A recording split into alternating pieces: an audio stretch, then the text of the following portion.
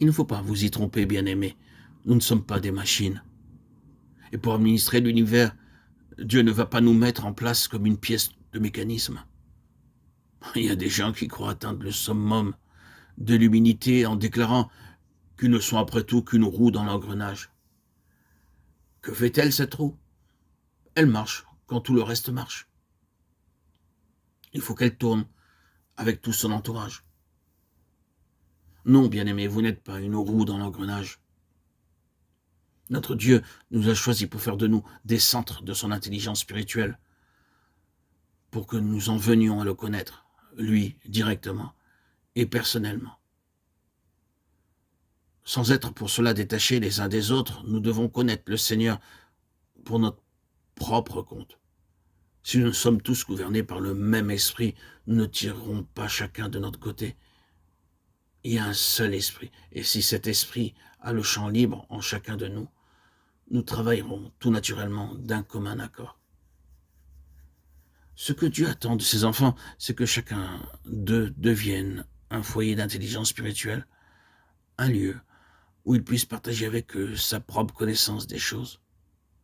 Quand il aura obtenu cela de nous individuellement, puisqu'il y a un seul esprit, ce sera peu de choses pour lui de nous unir pour la tâche à accomplir, de façon à ce que nous ayons un même esprit, une même âme, une même pensée.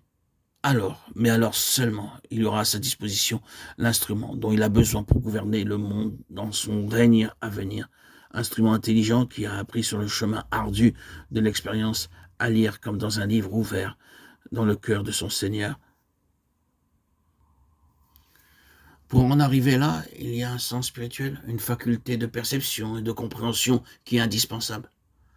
L'homme naturel ne connaît rien à ces choses. L'esprit seul peut les discerner. Or, cette faculté que nous appelons l'intelligence spirituelle, la connaissance spirituelle, ce sens intérieur qui est une telle bénédiction, une fois acquis, doivent être développés. Et c'est ce développement qui donnera à notre connaissance personnelle de Christ un caractère d'intimité qu'elle n'aurait pas autrement.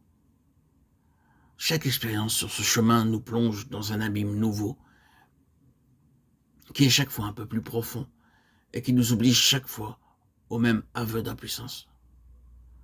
N'ayant pas en nous-mêmes les ressources qui sont nécessaires pour triompher de la situation, nous apprenons dans la détresse que Christ a justement ce qui nous manque.